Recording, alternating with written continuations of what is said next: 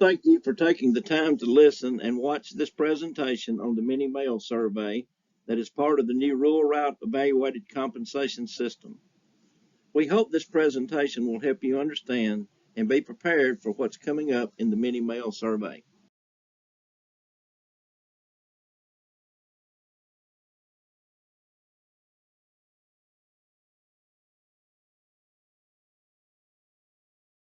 First, there are important dates that are coming up very soon. On February the 7th, the Rural Management Support System, RMSS, 4003 feature will be locked out. This 4003 feature will be unavailable to users at 1700 Central Time. No transactions will be accepted past this time. On February the 11th, your manager will be able to begin entry of the office walk data into the Rural Management Support System. The office walk distance entries must be completed by the close of business on February 24th. Mini mail survey stand-up talks should also be completed by this time. We will talk more about this in detail a little later. The 25th mini mail survey of stated items begins on all rural routes. The data will be collected from February 25th through March 10th. Data must be entered daily by close of business for all routes and made available for review by the close of business for all routes on that day. March 10th will be the last day of the 12-day mini mail survey. March 25th, 2023 is the effective date of the first evaluation under the Rural Route Evaluated Compensation System. At that time, there will be updates based on changes in classification that may happen on some routes. The National Mini Mail Survey will be conducted for 12 working days beginning Saturday, February 25th and ending on Friday, March 10th. There will be a stand-up talk given prior to the mail survey. This should not be a very long meeting. It is not like we used to have with mail counts and pre-count conferences. This will be your opportunity to ask questions and clarify and confirm procedures in your office. All rural routes are included in the mini mail survey. There are no exceptions. All auxiliary routes, all regular routes will be included in this mini mail survey. The effective date of the Rural Route Evaluation Compensation System evaluations is March 25th, 2023. Understand that the mini mail survey is just one very small component that's going to be used to determine our route evaluations under the Rural Route Evaluated Compensation System. It's used in conjunction with a lot of other data that's gathered from automated processes, including the inputs that you make on your MDD scanner every day, the route mapping data that you and your assigned facilitator entered when you mapped your route, and the daily captured volume that comes from various sources within the Postal Service. No longer be using the blue mail gauge, the old 4241, sticky notes, or the 4241M. Employees will conduct the mini mail survey. This is not to be done by clerks. It is not to be done by other carriers or city carriers. Anyone who's counting this mail must be placed in a higher level by way of a PS Form 1723. 12 Rural Route Evaluated Compensation System office walk distances will be measured round trip, and that measurement will be done jointly by the manager and the assigned carrier. If there's no carrier assigned to the route, for instance, a regular rural carrier is off on extended leave, then the RCA, or carrier who is the most familiar with the route, should go through the walk distances with the manager. All of the data for the mini mail survey will be entered daily and in a timely manner, no later than the close of business on that business day. Following items will be counted or measured daily and entered into the RMSS system. These are the only items that will be recorded during the mini mail survey. We can't stress that enough. If it is not one of these 5 items, then it is not entered in the mini mail survey. Those items are random letters, random flats, the PARS labels that go on to the 3982s, office walk distances, which are measured one time, not every day, and then there's a column for miscellaneous office activity that is timed on a daily basis. We will talk about these individually later in this presentation. Forms used to collect survey data during the mini mail survey. The Rural Route Evaluated Compensation System Office Walking Distance Data Collection Form, which is used one time to measure the office walking distances for your particular route. The Daily Volume Worksheet is used every day as stated. That is where we keep track of the counted letters and flats that you have on a daily basis and the PARS labels. And then there's a miscellaneous activity worksheet in which any miscellaneous time that's added to your route needs to be documented. We will talk about this a little bit later in detail. This is the walk distance form. There is a full-size version of this available for you on the NRLCA website, where you can see exactly what distances will be measured along with the instructions. For instance, the scanner storage area is measured from the point where the carrier stands when retrieving the scanner to the point where the carrier stands when casing mail. All of these distances are round trip. The data collection from the walking distance form will be entered into RMSS. There are a couple of questions the manager needs to answer. They need to confirm whether the route gets withdrawal credit or not, and that's a simple yes or no, and we'll talk more about this later. And they need to confirm if the route is assigned a personal vehicle or a left-hand drive or government vehicle. All of that goes on the walking distance data collection form because certain things are dependent on whether you have a government vehicle or not. Both the manager and the assigned carrier must be present to confirm the walking distance measurement. And we expect both the manager and the carrier to sign this form when it's completed to certify that the walking distances were measured correctly. The walking distances should be measured to the nearest foot, and they are required to use a measuring device, either a measuring wheel tool or some other method, but not stepped off or estimating the distance. We encourage you to push your manager to use a measuring wheel tool. A couple of additional questions that are on the form are simply documenting whether you have a left-hand drive government vehicle or a personal vehicle and confirming whether the route receives withdrawal credit. These are 12 distances that are measured round trip from the carrier's case to that particular location versus the scanner storage area. The letters and flats distribution case and the DPS letters distribution case.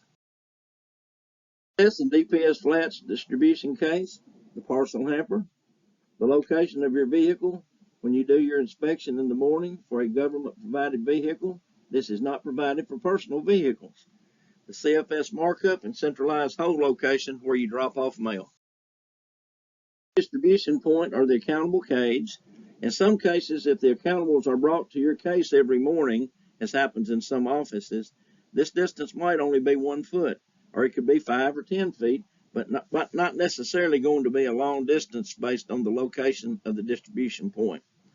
The location of the hot case, the location of a hamper or conveyance when it's not available to the carrier at the case when they start pulling down the mail. If there is a space constraint in your office and you cannot keep a parcel hamper at your case and you have to go and retrieve a hamper or conveyance when it's time to pull down your mail, then that location would also be mapped. If that is not applicable, then the measurement would be 0. The location where you place excess trays and tubs after they are emptied, and the location where you stand or sit during a safety service talk. This is the walk distance collection form. There is a full-size version of this available for you on the NRLCA website, where you can see exactly what distances will be measured along with the instructions.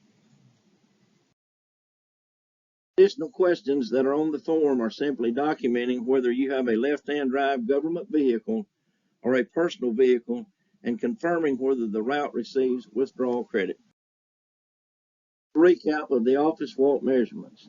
Items number 2, 3, and 4 are not measured for routes that do not receive the withdrawal allowance.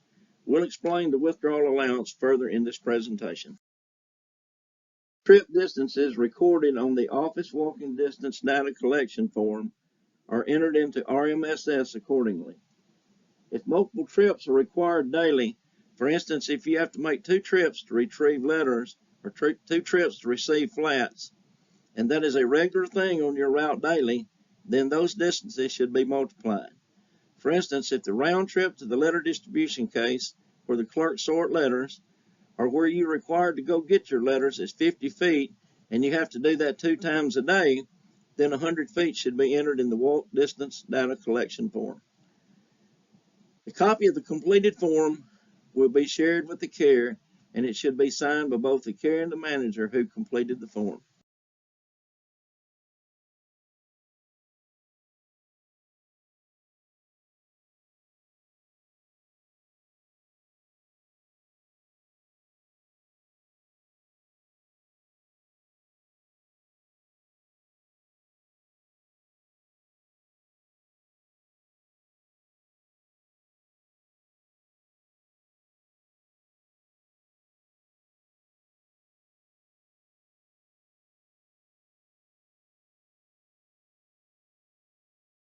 The daily volume worksheet looks like.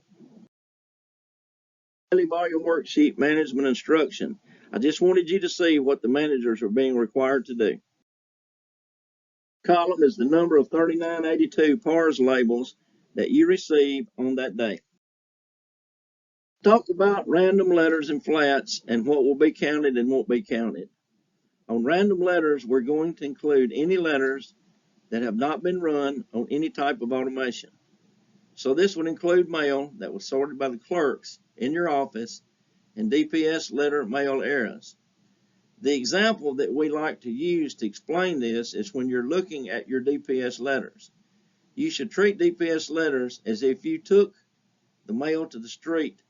So for instance, if you case DPS letters, everything that will go directly from the DPS tray into the mailbox, which would be errors, forwards, unable to forwards, UBBM mail, anything that would not go directly into the mailbox is set aside, and that would be counted as random letters. For those of you who take DPS mail to the street, all the mail that you bring back from the street out of your DPS will be counted as random letters. If you bring it back in the afternoon, it's going to be counted on the next day unless they have a way of recording it that afternoon. We do not include walk sequence saturation mailings or box holders because the WSS mailings and the box holders should be accounted by you every day using the MDD. Every time you get a box holder, you enter it in the MDD. If it is walk sequence saturation or WSS mailing, as far as random flats, it's pretty much the same thing. Flats that have not been run on automation, the flats that you receive in the white tubs at your case that are in your office that are run by the Postal Service on automated machines and the plant are counted. They are listed on your end of run report every day under flats. So those will not be counted in the mini mail survey. Flats from the manual distribution cases that your clerk sorts or anything that's in the hot case. All of the mail that is sorted in your office is counted as random flats. If you get DPS flats, the same principle applies as we talked about with DPS letters. Anything that you would bring back from the street is counted and entered here as a random flat. We do not include walk sequence saturation mailings, WSS, and we do not include box holders because they are entered by the carrier every day. Miscellaneous activity worksheet. We need a reason for each miscellaneous time. The total minutes of miscellaneous activity time, and we'll talk about this a little more in detail later. The mini mail survey summary. At the conclusion of the daily volume data collection in RMSS each week, managers should print the weekly summary of the daily volume Excel sheet and provide to the carriers for confirmation. Managers and carriers should work together to verify daily volume data entries displayed on the worksheet. If necessary, managers and carriers should identify any discrepancies and make adjustments as needed daily. Mini mail survey summary. At the conclusion of the daily volume data collection in RMSS each week, managers should print the weekly summary of daily volume Excel sheet and provide to the carriers for confirmation. Conclusion of the mail survey, the high-low option, if qualified, must be discussed. We will have more detail later in the presentation. They count their own mail as a verification of management's counts with no additional compensation. Flow of mail should be ensured, and mailer requested delivery dates should be honored. About withdrawal of mail. In the last national mail count that we had in 2018, 90% of rural routes received the withdrawal function. We don't expect that to change very much. If the carrier performs any withdrawal functions, the allowance is added. So the simple way of looking at that is that withdrawal time is not appropriate if your manager has clerks bring every bit of mail to you every day except for your final pull of the hot case, which is done in conjunction with loading time. And unless that happens, you should be getting the withdrawal allowance. It is all or nothing, period. So this is something that you may want to discuss. The managers are being instructed that if you got withdrawal time the last time you counted mail, you should get the withdrawal allowance this time. The maximum number of withdrawals that you can be required to make are as follows: 1 upon reporting, 2 additional withdrawals in the morning, the final withdrawal of the hot case, which is done in conjunction with loading, and then withdrawing any mail that might be available upon your return from the route. That's the maximum number of withdrawals that you can be required. If you get the withdrawal allowance, the maximum is 5. If you do not get withdrawal allowance, then with the exception of the final withdrawal of the hot case, all other mail should be placed at the case or on the ledge. There's no dumping of sacks. You don't have to dump sacks. These should be dumped and stacked for you. And you're not required to retrieve your DPS. So 90% of us are getting a withdrawal allowance. The 10% of you who are not need to make sure that if you're not getting withdrawal allowance, you should not be required to do any of these things. If you're required to do any of the duties listed above, then you should be getting the withdrawal allowance. It's just that simple. That's an all or nothing. No provision for a partial credit. If management proposes a change and you've been getting withdrawal time for every mail count and now management wants to take that away from you, they cannot do that on their own. They have to notify the union steward that covers your office. It has to be put to a vote, and the majority of the regular carriers in the office must vote to accept the change. So if management wants to start giving you withdrawal time and having you withdraw your own mail, and that is a change from what you were doing, then the majority of the regular carriers must accept that change. That change applies to all carriers. We've had this provision in the M38 for literally decades, and it hasn't changed. So as I said, we expect that 90% of the routes will get the withdrawal allowance during this mini mail survey, because that's how many had it in the last mail count, and that should not have changed very much. Wraps or plastic wrap is the carrier's responsibility. It is included in the casing standards for those items. Obtaining parcel hampers is not part of withdrawal allowance. That is credit that every carrier gets under the Rural Route Evaluated Compensation System based on the number of parcels they have that day. Volume worksheet should be completed by the postmaster or manager that conducted the survey.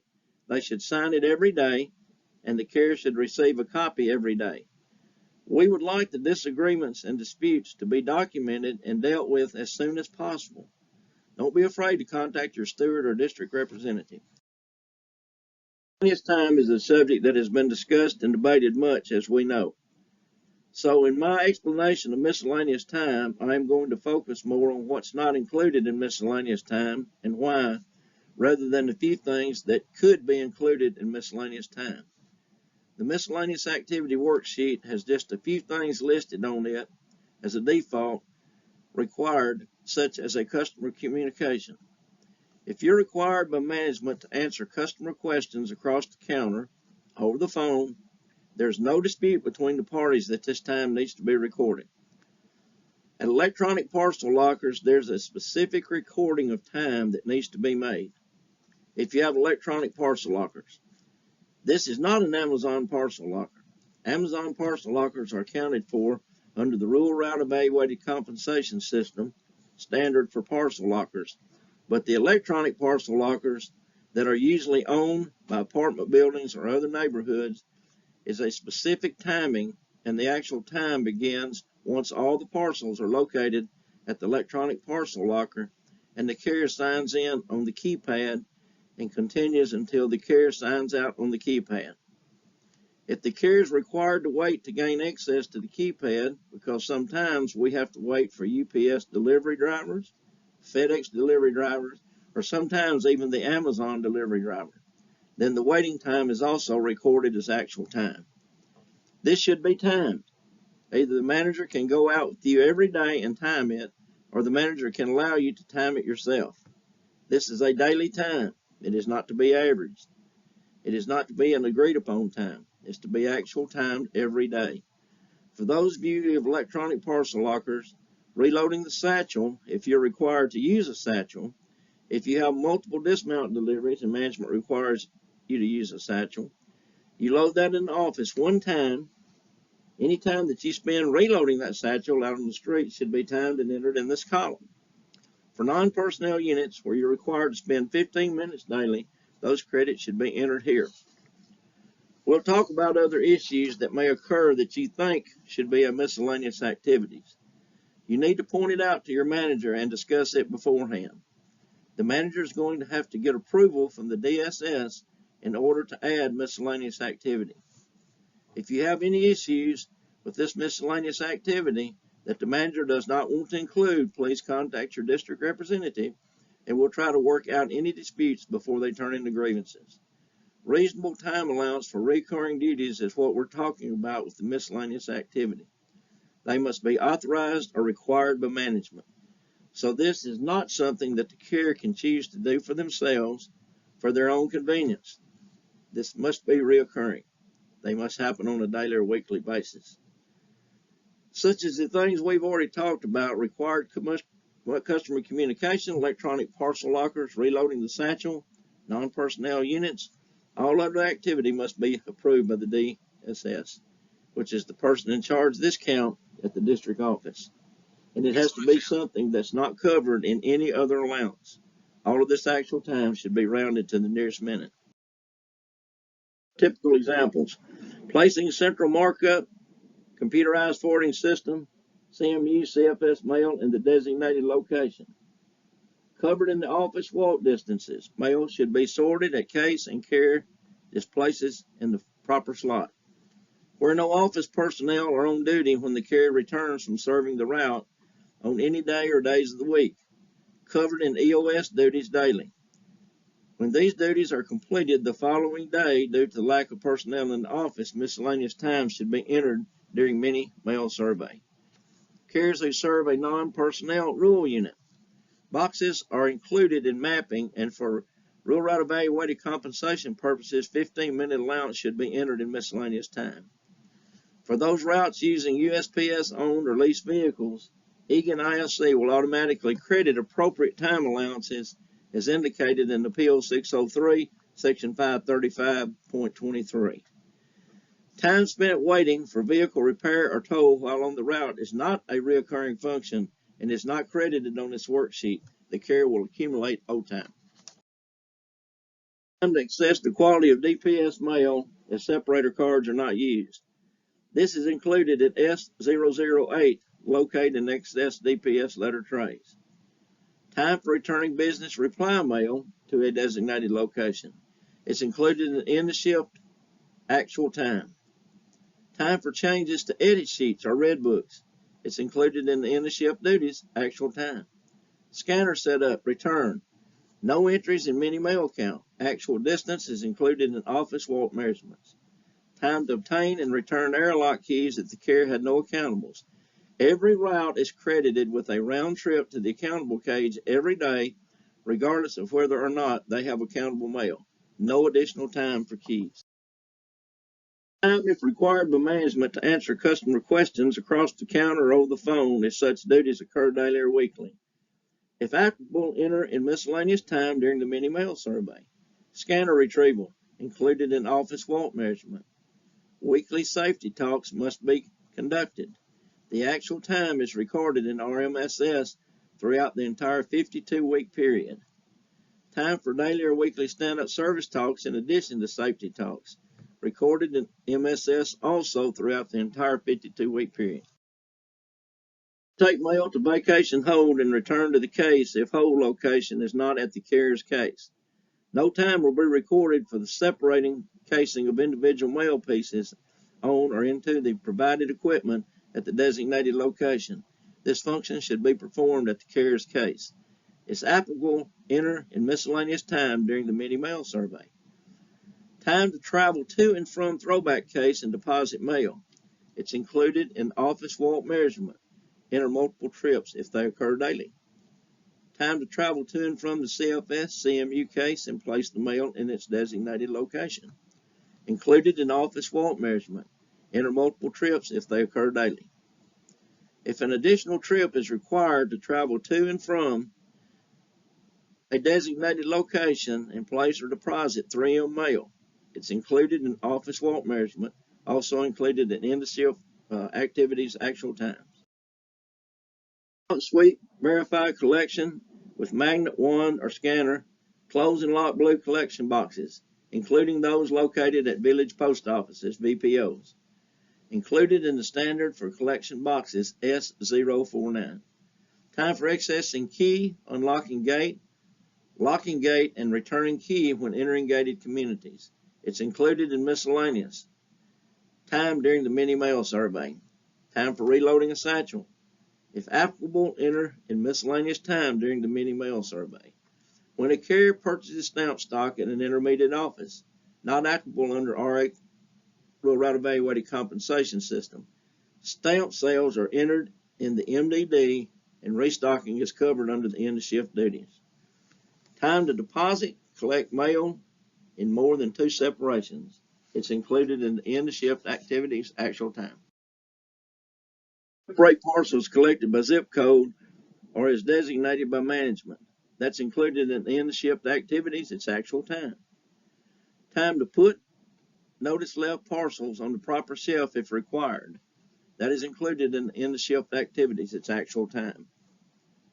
Time to locate and retrieve errors associated with the mail history tracking system known as MHTS process. Now it's included in the S008 locate and access DPS letter trays. Routes with intermediate office. An intermediate office should be mapped as a lock pouch stop. It's either low volume or high volume as appropriate.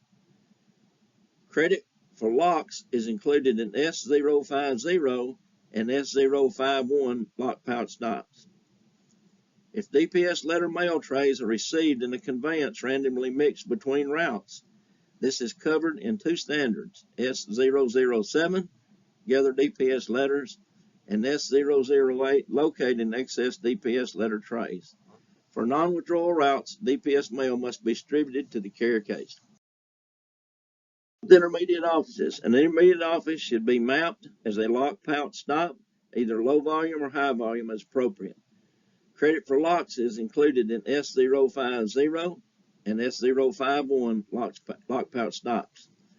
If DPS letter mail trays are received in a conveyance randomly mixed between routes, that is covered in 2 standards, S007, gather DPS letters, and S008, locate and access DPS letter trays. For non-withdrawal routes, DPS must be distributed to the carrier case. Time for locating the trays and straightening the DPS flat mail. Covered in S014, gather DPS flats, and D015, locate and access DPS flat trays. SPM, service performance measurement scans. Time is credited as a 1-step or 2-step activity scan for entries actually performed. Step 4 settlements that it would include unusual conditions. Removing floor mats. If required before leaving for the route, record as miscellaneous time. If required in the afternoon before leaving for the day, this would be part of the end-of-shift duties, actual time. Train crossings. If applicable, record as miscellaneous time. Required use or relocation of hamper when returning to office. That's included in the end-of-shift or actual time. When more than 1 trip is necessary to unload the vehicle, the time to obtain a conveyance, included in the end-of-shift duties, which is actual time. Actual time required for unusual dismount situations, such as using elevators, transversing an inordinate number of stairs, unlocking or going through difficult doors, etc. If applicable, and an authorized dismount time is added in miscellaneous time. The actual time spent separating and casing the mail into village post offices, VPOs, post office boxes, will be recorded on a daily basis on the miscellaneous activity worksheet. This time begins when the carrier unlocks the centralized boxes and ends upon locking the centralized boxes. There's a reference to this VPO letter of clarification that was dated and signed by the parties on July the 20th, 2012. VPO/DPOU will remain actual time and included in the miscellaneous time during this mini mail survey. At the end of the mini mail survey, the manager has to meet with each regular carrier to discuss the high or low options. For those of you who are unfamiliar, high option means that you work more and make more money. So the difference would be a J or an H route.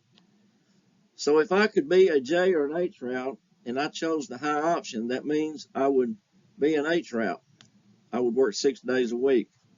I would not have any Saturdays off, as opposed to having every other Saturday off on a J route. For instance, between K and J route, the K would be the low option. You could be a K40 route in the same designation. You could be a J44 route and work every other Saturday. In order to opt for the high option, several things have to happen. The route's evaluation has to fall into more than one classification, which means your standard hours need to be between 4411 and 5043. In order to even be eligible in the first place, the regular carrier must have a minimum of 10 years of service from your retirement computation date. That can be found on your Form 50, line 17. You also have to demonstrate that you had no 2080 problems in the previous year, and you probably won't have any in the coming year. And you must commit in writing that you will use sufficient annual leave, not leave without pay, in order not to exceed 2080 hours. None of these are changes. This is the way the high-low option has worked since 2012. I just wanted to reiterate what needs to happen at the end of the mini mail survey. Disagreements go, we need you to bring those disagreements and disputes to your manager's attention immediately, prior to casing the mail that's in dispute. If you're going to dispute the number of raw random letters, as an example, that the manager has counted, 75, and you think there's 175, don't wait till after casing the mail to dispute it. Bring it to their attention immediately so that you can demonstrate and show them that they counted incorrectly. If the disagreement cannot be resolved locally and quickly, then provide written details to the postmaster for review and resolution. This needs to be as detailed as possible, and it needs to be a letter to the postmaster saying, I disagree with the mini mail survey, and here's why. If you and your postmaster cannot resolve that, we need you to mail a copy to your district representative. The district representative will meet with the people that they're designated to meet with them at the district level. Then the district will provide a written reply to the local manager, who will give it to you at that point. Only then will it go to the grievance procedure. The whole idea is to work out these disagreements and these disputes locally and quickly. If that fails, we can get them to the district level and have someone change the situation or resolve the situation to the carrier's satisfaction before grievances need to be filed. It is very important to keep a copy of the documentation for any disagreements that cannot be resolved and mail those to your district representative. Remember, this is your paycheck. The mini mail survey could affect your paycheck, although statistically, the mini mail survey obviously cannot have a huge effect on your evaluation, as it accounts for approximately 5% of your evaluation, and that's on the very high end. The items that are being counted in the mini mail survey are minimal. The system was designed that way. That's what the engineer panel wanted. It was to be so there would be very little things left to be counted manually once or twice a year. And that's what we've gotten to with this mini mail survey. So as parting advice, I would ask everyone, please don't make too much of this mini mail survey, because it really doesn't affect your evaluation that much. Believe me, the scans that you're doing every day on parcels, on extra trips, on second trips, on sending stamps, rural reach, All of the other things has as much or more profound effect on your evaluation that's based on 52 weeks of data rather than this mini mail account where we're just counting a few small things in order to finalize some weekly averages for the random mail. Now, for those of you out there that do not receive DPS letters, the mail that comes to you in your trays that is carrier routed off the machine is already counted. It will be entered as random letters every day, all year long. That is not anything that we need to count during the mini mail survey. You're getting credit for those letters as random, and you'll be getting credit for those letters all year long.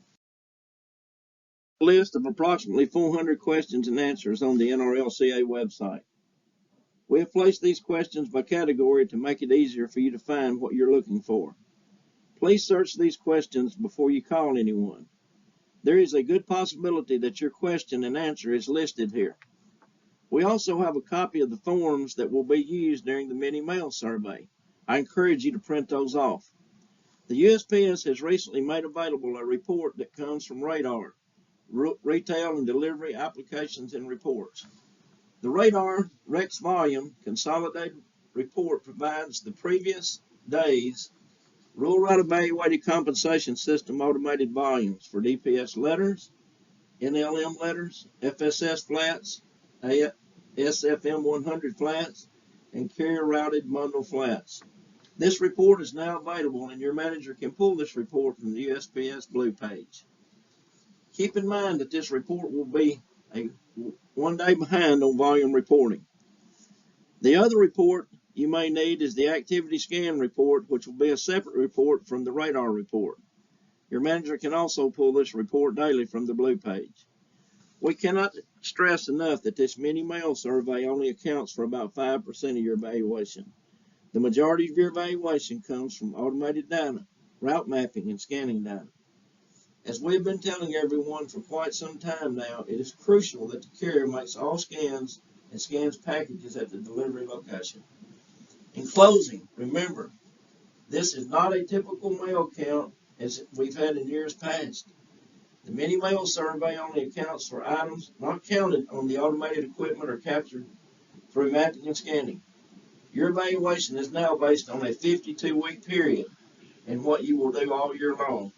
Remember to check the NRLCA website for the Q&A and other information under the Rural Route Evaluation Compensation tab. Take care and stay safe.